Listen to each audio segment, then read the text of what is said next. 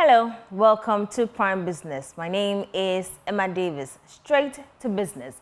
Government is insisting that recent GDP data shows that the economy has indeed turned around and it is on the path to recovery. According to Finance Minister Dr. Mohamed Amin Adam, key structural reforms to support growth are beginning to yield positive results. The Finance Minister disclosed this when he addressed a joint press conference on the IMF program and the state of the economy. Here's more. Finance Minister in the press conference said it is working to ensure further stability of the Ghana cedi. He said the ministry will further collaborate with the Bank of Ghana and other key stakeholders to address challenges affecting other sectors of the economy. The implementation of the policies, measures, and interventions which we developed to address the economic challenges facing our dear nation are yielding positive results. Despite a challenging global environment, the strong leadership provided by His Excellency President Nana Addo Dankwa Akufo-Addo and his government, coupled with support and inputs of the people of Ghana, have undoubtedly contributed to the successes we are seeing today. It is our conviction that in the near term, we will see even greater results. This is what the Finance Minister had to say on the IPPs. I have read from the media yesterday the Chamber of IPPs disputing the assertion of our concluded negotiation with the IPPs. And I'm sure that he wasn't well informed at the time the chamber issued the statement.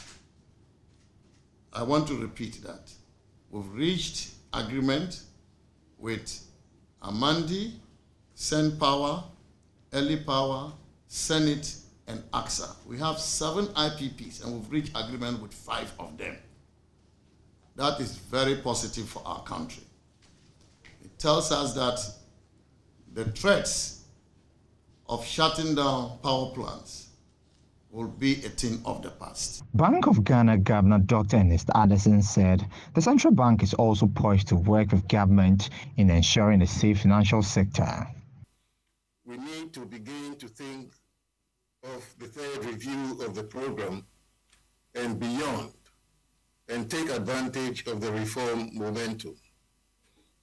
Steadfastness and commitment will be needed from now to the end of the year to see through all the structural reforms envisaged under the program, including the signing of the Memorandum of Understanding between the Ministry of Finance and the Bank of Ghana on the recapitalization of the central bank. The International Monetary Fund Mission Chief to Ghana, Stefan Rude, says he's optimistic Ghana's economy will bounce back soon. It is set to improve by another 1 percentage point this year, with Ghana posting a primary balance surplus. In other words, revenue will exceed non-interest expenditure for the first time in almost a decade. This has been achieved by mobilizing additional domestic revenue and by streamlining and improving the efficiency of public spending. Crucially, these interventions are accompanied by efforts to protect the vulnerable, who are most affected during adjustment programs. Meanwhile, economist Professor Patrick Isuming has urged government to focus on long-term reforms to change the structure of the economy. Speaking to Joy Business, Professor Isuming maintained although the funds released are minimal to transform the economy, government has a greater role to play to consolidate efforts in stabilize the economy. What they are saying to mean that is the 360 million that will help, that will consolidate our gains. It wouldn't. I think it's probably a stronger commitment to making longer term reform that will change the structure of our economy. That's probably more important than the 360 million to go a long way to shore up some of our reserves. But that impact is, like I said, is going to be very marginal. I think, you know, there's been the message that's been put out there in terms of the nature of our recovery of the economy is probably overstating it.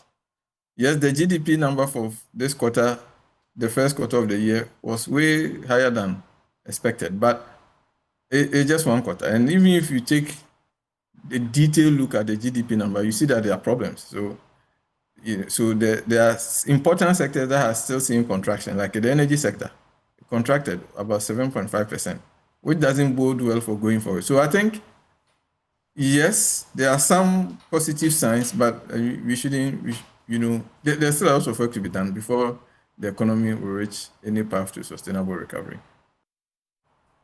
Representatives of cement manufacturers who were expected to have a stakeholder meeting this morning with Minister for Trade and Industry boycotted the engagement due to the presence of the media at the premises of the ministry. According to the representatives, which were made up of Gasem, Dangote, Supersem, Simaf and Diamond Cement, the meeting was expected to be a closed-door one, hence they won't participate with the presence of the media. However, Trade and Industry Minister Katie Hammond went ahead to address the media, indicating that he has the interest of the state at heart and insisting on engaging the manufacturers with the media. The cement industry is beginning to detect to the political head of the organization. I'm the political head of trade and the manufacturer in the country. They are beginning to dictate to me what they want. I don't think it is acceptable. They tell me if you are here, they would have no meetings with me. They do not have any intention of doing anything in public. I don't do things in darkness.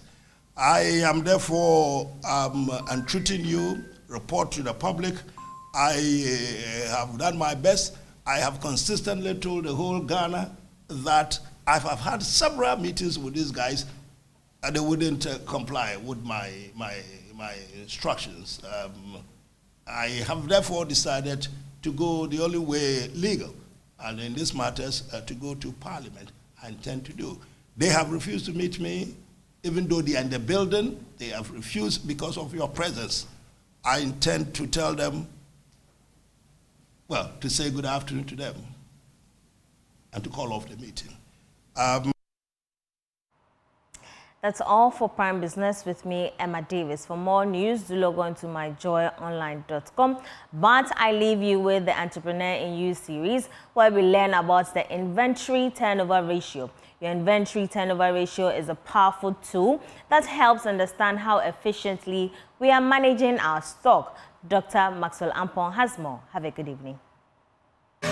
Hello, today we speak about our inventory turnover ratio. The inventory turnover ratio tells us how many times we sell or replace our goods over a certain period of time. So let's say you, over a period of time, let's say 1 month, sold 5,000 worth of goods. Yet you have to calculate the average amount of goods that you have in your shop at every point in time. So say at every point in time you had 1,000 cedis worth of goods in your shop. That would mean your inventory turnover ratio is 5,000 Ghana cedis over 1,000 Ghana cedis, making it 5. It means within a period of 1 month you were able to restock 5 times, which, looking at all aspects of business, it's a good ratio. So why would you want your inventory turnover ratio to be high?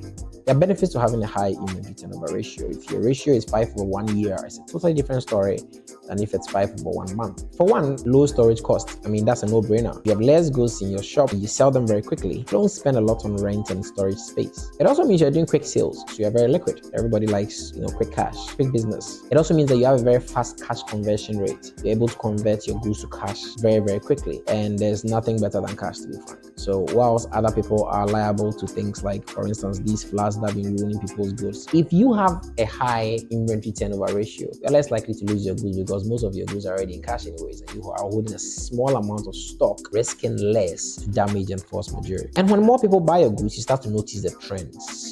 Who buys what moves fast, which moves slow, which will have you make better decisions. So try to know your inventory turnover ratio. As a high inventory turnover ratio will allow you to enjoy all the benefits that I've just mentioned, as opposed to having a low inventory turnover ratio, to which you would like to hold maybe a less amount of stock within that amount of time and replenish much quicker than you normally would in order to release capital for other stuff. That's all for today. Keep well. Brought to you by Africa School of Entrepreneurship and supported by GCB Bank, your bank for life.